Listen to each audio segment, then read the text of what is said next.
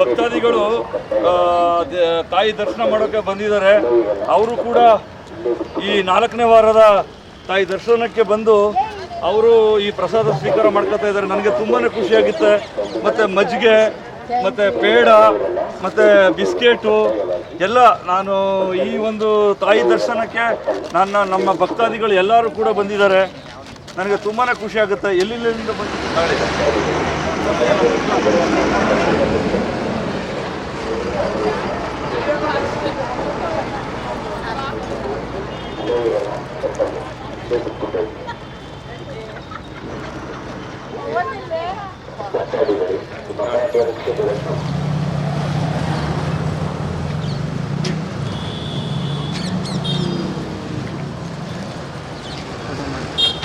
ಅವ್ರ ಫೋಟೋ ಮುಂದೆ ಬಂದು ಅವ್ರ ಫೋಟೋಲ್ಲಿ ಬ್ಯಾನರ್ ಐತೆ. ಅದಕ್ಕೆ